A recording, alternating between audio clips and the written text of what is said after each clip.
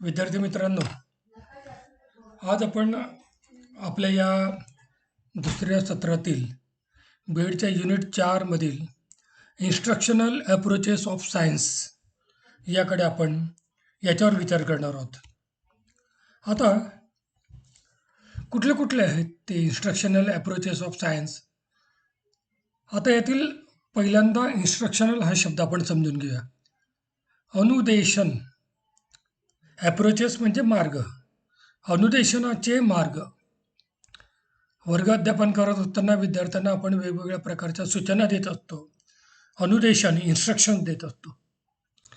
त्यातलं open ended question जे आहेत, मुक्त प्रश्न, हा देखील विद्यार्थ्यांच्या विचार प्रक्रियेला प्रवृत्त करणारा भाग आहे. आपण विद्यार्थ्यांना प्रपाठ देतो. प्रोग्राम इन्स्ट्रक्शन, डेमॉन्स्ट्रेशन आणि मॉड्युलर इन्स्ट्रक्शन याच्या संकल्पना आपण क्रमाक्रमाने समजून घेऊया. त्यातील पहिलं आहे स्वाध्याय, प्रपाठ. विद्यार्थ्यांना स्वाध्याय देण्याचं कारण काय? तर विद्यार्थ्यांना सतत अभ्यासाची सवय लावणे, कंटिन्युअस, म्हणजे विद्यार्थ्यांनी सातत्याने अभ्यास केला पाहिजे. या दृष्टिकोनातून स्वयंमूल्यमापनाची देखील सवय लावली पाहिजे. स्वाध्याय दिल्यानंतर ते तपासले जातात. तपासले की विद्यार्थ्यांना त्यांनी केलेल्या त्यातली काही महत्त्वाच्या गोष्टी किंवा म्हणजे त्यांचे स्ट्रॉंग पॉईंट आणि वीक पॉईंट्स हे त्या ठिकाणी सांगितले जातात, जेणेकरून विद्यार्थ्यांनी मुद्देसूद मांडणी कशी करायची, प्रश्नाच्या अनुरूप उत्तराचं आकलन आणि त्याची मांडणी हे अभिप्रेत असतं. विद्यार्थ्यांनी वेगवेगळे पुस्तकं, संदर्भ वापरून स्वाध्याय आणि त्यांना चाचणी देण्याची सवय लावण्याकरता स्वाध्याय किंवा प्रपाठ दिले जातात. विद्यार्थ्यांना शिकवलेल्या भागांपैकी किती भाग त्यांनी आत्मसात केला याचा शोध घेता येतो. साधारणतः एक युनिट शिकवलं गेलं की त्या युनिटवर स्वाध्याय दिले जातात आणि शिक्षकाला हे लक्षात येतं की विद्यार्थ्यांनी किती प्रमाणात तो भाग आशय आत्मसात केला. ते वार्षिक परीक्षेच्या दृष्टीने लेखनाची सवय लावणे, मुद्देसूद मांडणी, प्रश्न आकलन, संदर्भाचा वापर, अचूकता, आकलन क्षमतेचा वापर, या सगळ्या बाबींची तपासणी स्वाध्यायामध्ये होत असते आणि विद्यार्थ्यांची क्षमता त्या दृष्टिकोनातून विकसित होत असते. बी एडला असताना तुम्ही जे काय स्वाध्याय, प्रपाठ लिहित असतात त्यात आपल्याला नक्कीच लक्षात येईल त्याची मुद्देसूद मांडणी, प्रश्नाचं सर्वप्रथम आकलन होणं आणि त्यानुसार त्या मुद्द्यांची मांडणी करणं, विविध जे काही संदर्भ अभ्यासलेले असतील त्याचा वापर करणं, अचूकता आणि महत्त्वाची गोष्ट म्हणजे विद्यार्थ्यांच्या आकलन क्षमतेचा या ठिकाणी वापर होतो. दुसरं, इन्स्ट्रक्शनल अप्रोचेसमध्ये मुक्त प्रश्न. आपण बी एडला या मुक्त प्रश्नांचा नक्की विचार केलेला आहे. मायक्रो टीचिंग अर्थात सूक्ष्म अध्यापनाच्या दरम्यान त्याचं कौशल्य देखील अभ्यासले. तर मुक्त प्रश्न म्हणजे काय? जे प्रश्न विद्यार्थ्यांना ठराविक चाकोरी सोडून मुक्तपणे विचार करण्याची संधी देतात. प्रदूषण होऊ नये, म्हणजे ध्वनी प्रदूषण होऊ नये याकरता काय उपाययोजना करता येतील, हा प्रश्न मुक्त प्रश्न त्या ठिकाणी आला. म्हणजे त्याचे विविधांगी वेगवेगळ्या डायमेन्शनने उत्तर देता येतात. मुक्त प्रश्नामुळे विद्यार्थ्यांना विचार करण्याची संधी मिळते, कारण हा प्रश्न जो असतो तो प्रश्न विविध अंगाने उत्तर देण्यास प्रवृत्त करतो. विद्यार्थ्यांमध्ये तुलना, तर्क, कल्पना, अनुमान, पृथक्करण, संश्लेषण, विश्लेषण व मूल्यमापन या मानसिक प्रक्रिया घडून आणतो. आपण ब्लूमची श्रेणीबद्ध रचना बघितली आणि त्या श्रेणीबद्ध रचनेत आपल्याला या काही उच्चस्तरीय मानसिक प्रक्रिया त्या ठिकाणी निदर्शनास आलेल्या आहेत. मग ज्यावेळेस मुक्त प्रश्न विचारला जाईल तर त्यावेळेस विद्यार्थी अनुमान करू लागतात. त्या आशयाचं पृथक्करण, संश्लेषण आणि विश्लेषणाच्या दृष्टिकोनातून विचार करू लागतात. विद्यार्थ्यांमध्ये माहितीचं संपादन, त्याचं संघटन म्हणजे ऑर्गनायझेशन, आकलन, उपयोजन, मूल्यमापन या विविध क्षमतांचा विकास होतो. विद्यार्थी विविध दृष्टिकोनातून विचार करू लागतो. एखादी घटना असेल, एखादा प्रसंग असेल किंवा समस्या असेल, त्याचं विश्लेषण आणि संश्लेषण करण्याची क्षमता विद्यार्थ्यांमध्ये विकसित होते. विशेषतः स्पर्धा परीक्षांमध्ये अशा स्वरूपाचे प्रश्न मोठ्या प्रमाणात विचारले जातात. पण ते शालेय स्तरापासून जर त्याचा आपण विचार करायला किंवा तो विचारायला सुरुवात केली, तर विद्यार्थी त्या दृष्टिकोनातून विचार करायला लागतील आणि मुक्तपणे विचार करून आपल्यामध्ये असणाऱ्या विविध क्षमता, त्या विविध क्षमता म्हणजे अनुमान, तर्क, कल्पना, पृथक्करण, संश्लेषण, विश्लेषण, मूल्यमापन या मानसिक प्रक्रिया मोठ्या प्रमाणात विकसित करता येतात. विद्यार्थ्यांना आपण बद्ध स्वरूपाचे जे प्रश्न विचारतो, म्हणजे ते प्रश्न विचारत असताना त्याचं उत्तर सुनिश्चित स्वरूपाचं असतं. ते बद्ध प्रश्न विचारल्यामुळे विद्यार्थी पाठांतराला जास्त प्रमाणात प्रवृत्त होतो. एखादी व्याख्या आपण विचारतो, तर तो बद्ध प्रश्न आला. ते विद्यार्थी पाठ करतात आणि पाठांतराची सवय लागते. तर विद्यार्थ्यांना मुक्त प्रश्न हे प्रश्नपत्रिकेत आणि विशेषतः वर्ग अध्यापन करत असताना शिक्षकाने विचारले पाहिजे, म्हणजे विद्यार्थी विचार करण्यास प्रवृत्त होईल.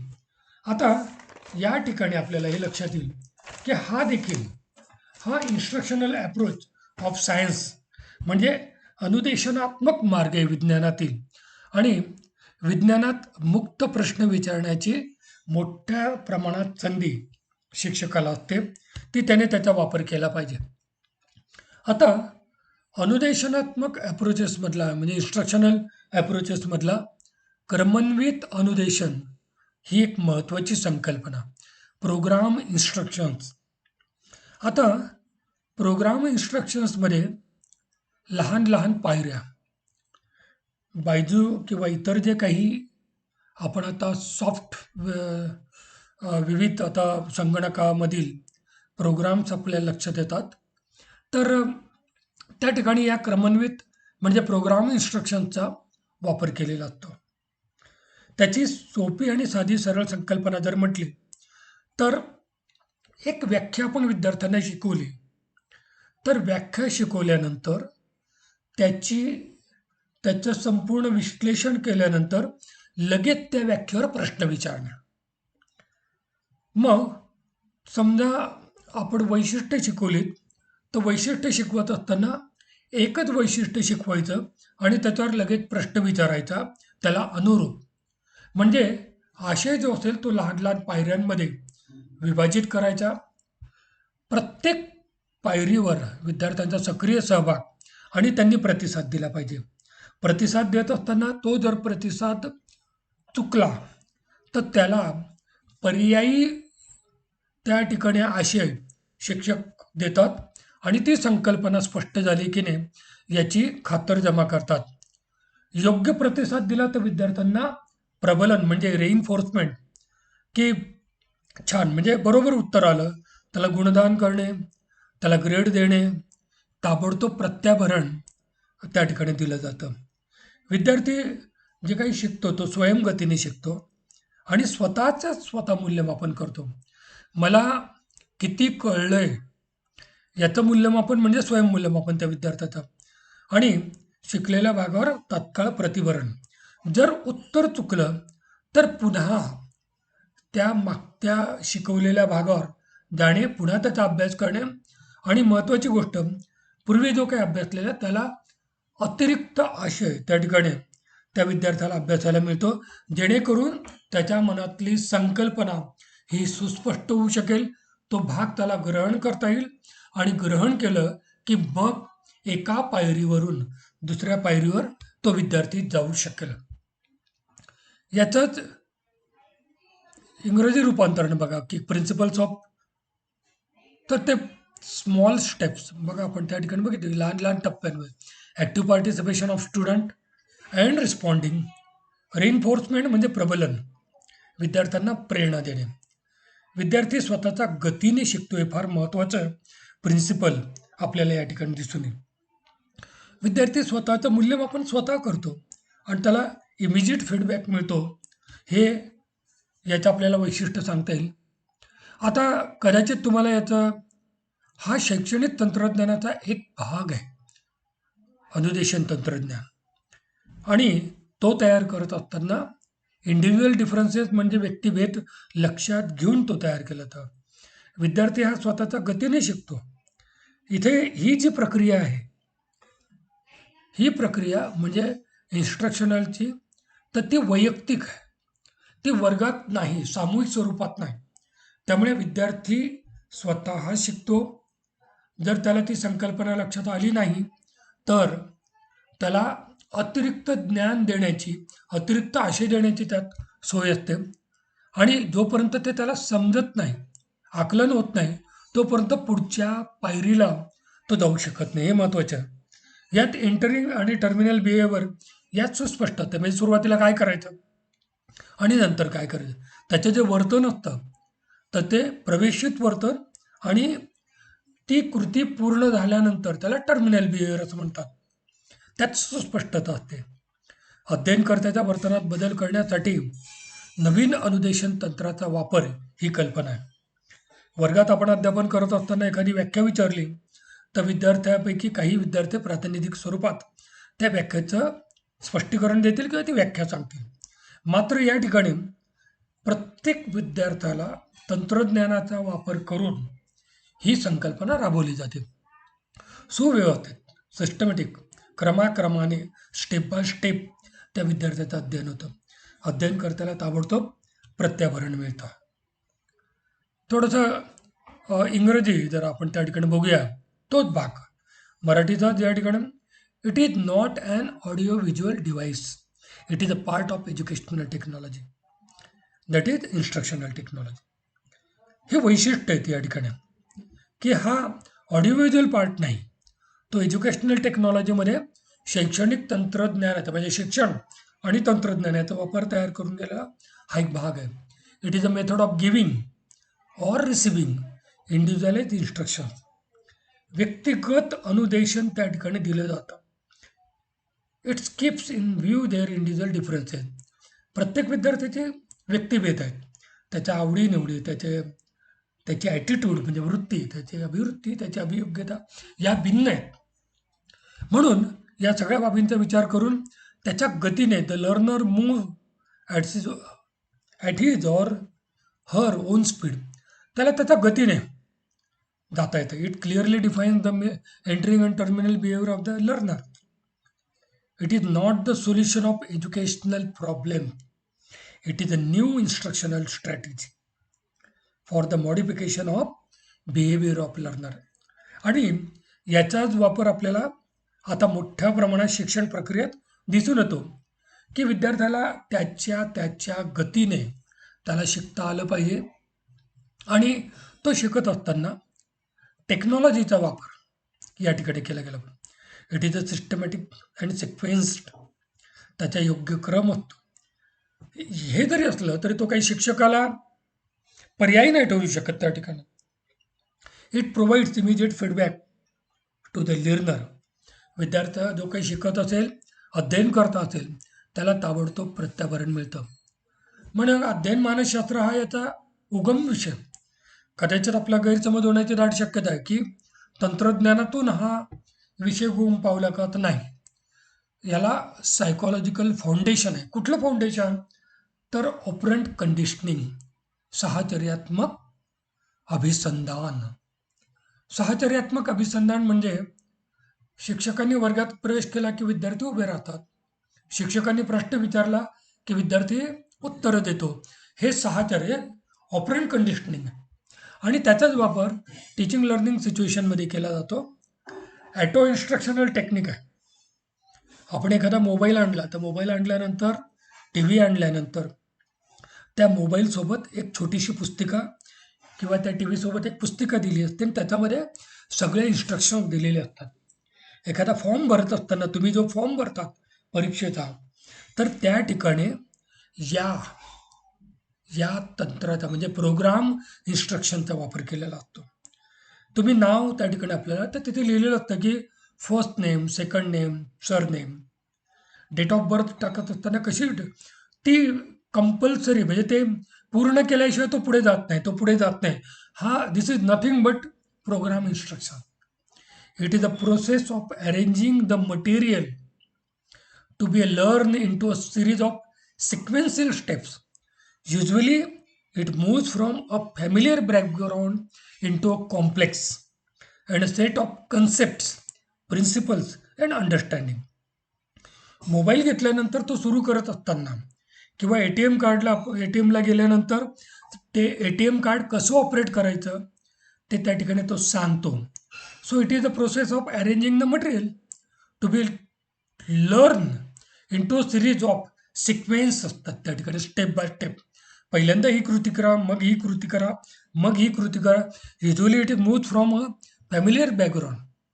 तुम्ही तुमचा जी माहिती, जी नोन माहिती असेल, ज्ञात माहिती असेल, त्याकडून तो कॉम्प्लेक्सकडे जातो.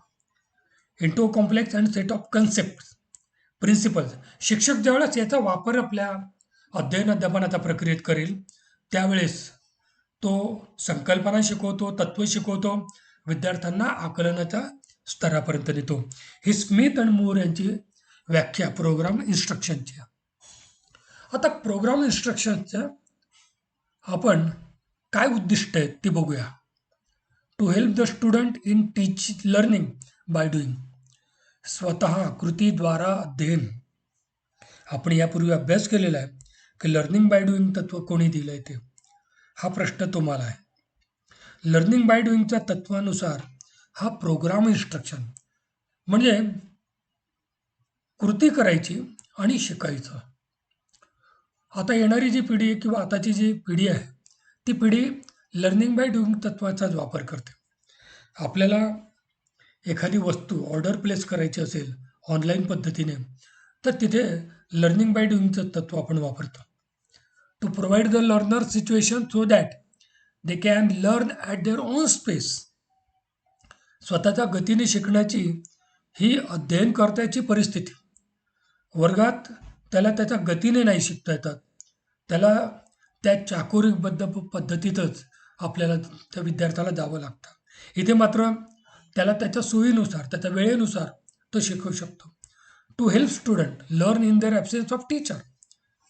आता ॲब्सेन्स ऑफ टीचरमध्ये पण रिप्लेस टीचरला नाही.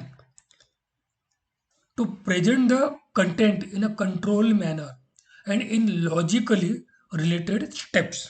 लॉजिकली म्हणजे कुठेतरी तर्कनिष्ठित पद्धतीने टप्प्याटप्प्याने तिथे तो दिला जातो.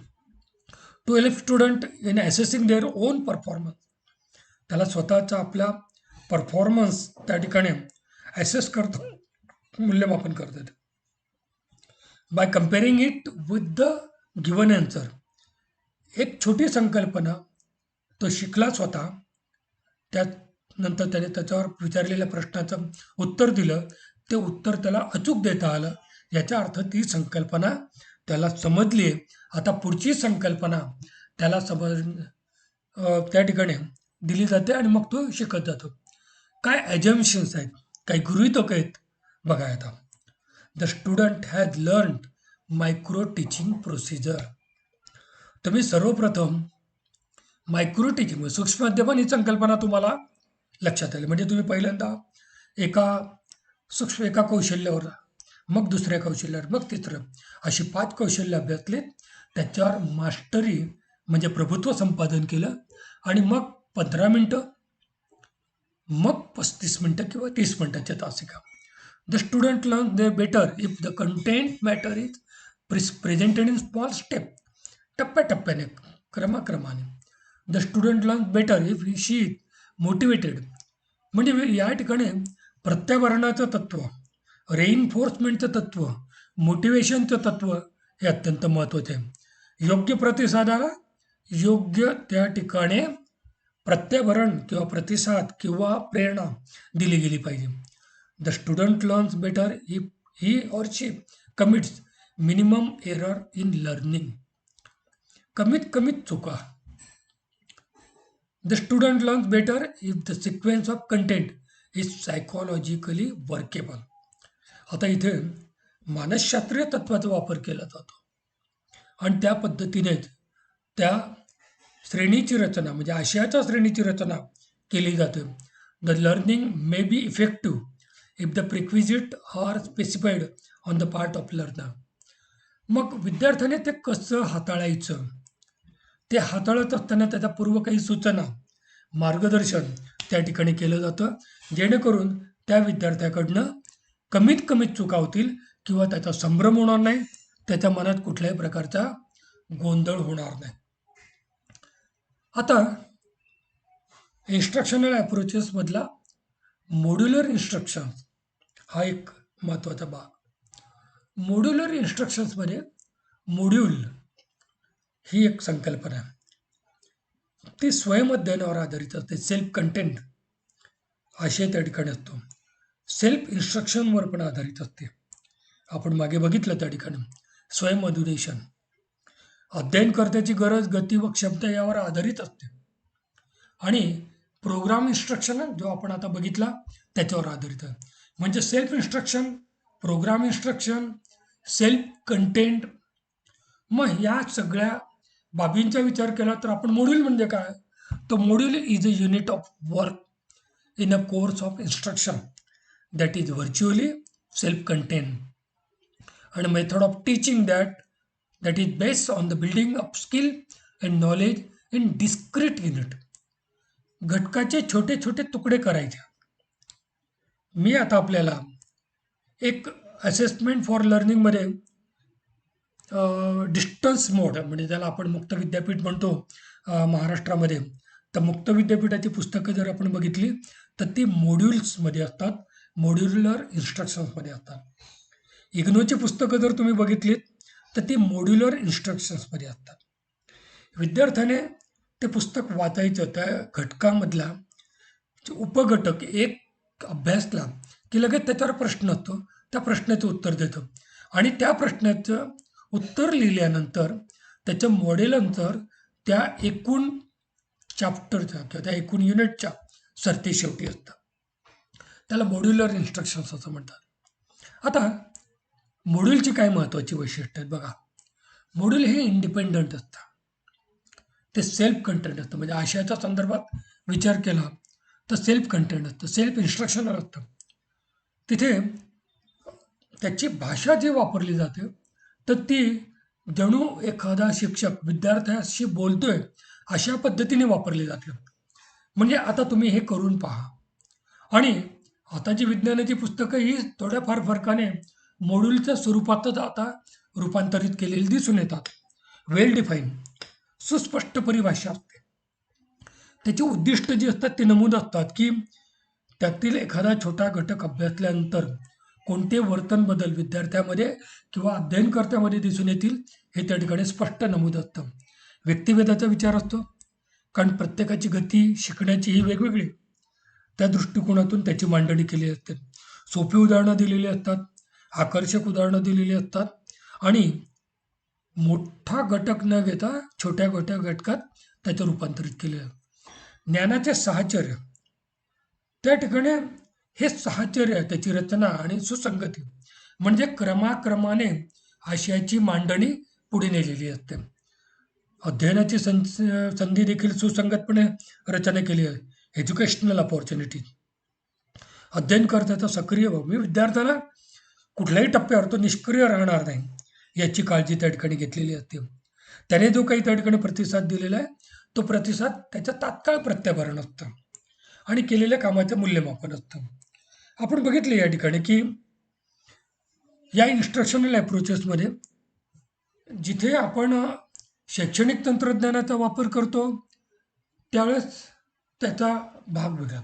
या ठिकाणी मॉड्यूल म्हणजे पुस्तकाच्या स्वरूपात, मॉड्यूल्सच्या स्वरूपात त्याची मांडणी असते. आता नेमकं ते मॉड्यूल तयार करत असताना त्याचं रॅशनल म्हणजे नेमकं त्या मागची पार्श्वभूमी ही त्या ठिकाणी नमूद केलेली असते, उद्दिष्ट नमूदच केलेली असतात. सुरुवातीला पूर्वज्ञानाची पडताळणी करण्यासाठी त्याच्या व्यक्तिभेदाला अनुसरून एंट्री टेस्ट त्या ठिकाणी असते की तुम्ही काय अभ्यासलेले, यापूर्वी तुम्हाला काय माहिती, अशी एक पार्श्वभूमी तयार केलेली आहे. या ठिकाणी पुस्तकं जरी असलात तर ते पुस्तकं बोलकी करण्याचा प्रयत्न केला गेलेला जातो. तुम्ही जर मुक्त विद्यापीठ, यशवंतराव चव्हाण महाराष्ट्र मुक्त विद्यापीठाचा वेबसाईटवर गेलात आणि तिथे ई बुक जर आपण बघितलेत तर त्या पुस्तकामध्ये तुम्हाला त्याचा मल्टीमीडियाचा वापर केलेला दिसून येतो. लर्निंग ॲक्टिव्हिटीज अध्ययन कृतीवर भर असतो. विद्यार्थ्यांनी जे काही ज्ञान ग्रहण केलं, त्यांनी जे काही वाचलं असेल त्याच्यावर ताबडतोब काही कृती असतात, त्यांनी त्या करायच्या असतात आणि या कृती त्या ज्ञान या उद्दिष्टावर नसतात तर आकलन, उपयोजन, कौशल्य यावर असतात. त्यामुळे विद्यार्थ्यांना त्याचं संपूर्णशः आकलन होईल यावरच आधारित लर्निंग ॲक्टिव्हिटीज दिलेल्या असतात. त्यांची कौशल्य चाचणी देखील घेतली जाते आणि अंतिम चाचणी देखील त्या ठिकाणी घेतली जाते, जेणेकरून त्या घटकाचं त्याला पूर्ण ज्ञान आकलन होईल या दृष्टिकोनातून विचार केला जातो. मॉड्यूल आणि सर्वसाधारण पुस्तकं याच्यात काय फरक? तर तो फरक असा की मानसशास्त्रीय तत्त्वांचा वापर, क्रमाक्रमाने अध्ययन, विद्यार्थ्याला त्याच्या गतीनुसार अध्ययन करता येतं आणि त्याला त्याच्या प्रगतीचं मोजमाप करता येतं. अध्ययन प्रभावी होते. मूल्यमापन शास्त्रशुद्ध आणि व्यापक स्तरावर केलं जातं.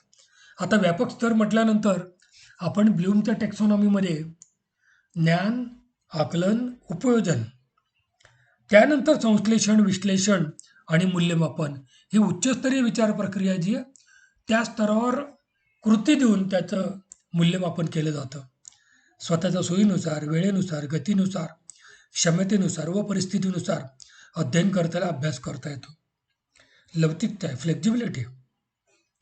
परिपक्व विद्यार्थ्यांना हा जास्त उपयोग होतो. म्हणजे लहान विद्यार्थी जे असतील, छोट्या वर्गाला एवढ्या प्रमाणात याचा वापर केला जात नाही. अध्ययन प्रक्रियेवर आपल्याला नियंत्रण करता येतं. विद्यार्थ्यांना किंवा अध्ययनकर्त्याला स्वतःची जबाबदारी, कर्तव्य यात अडथळा न येता अध्ययन होतं. मुक्त विद्यापीठाला प्रवेश घेणारे जे विद्यार्थी असतात ते मॅच्युअर्ड स्टुडंट असतात, परिपक्व विद्यार्थी असतात.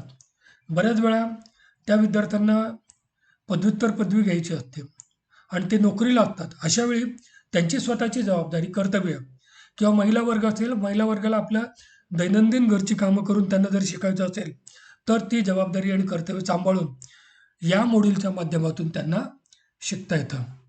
तर आज आपण वेगवेगळे अनुदेशनाचे जे काही मार्ग आहेत विज्ञानातील त्याचा विचार केला. हे अनुदेशनाचे मार्ग जे आहेत याचा मुख्य उद्देश म्हणजे अध्यापनाची प्रक्रिया ही अतिशय प्रभावी करणं.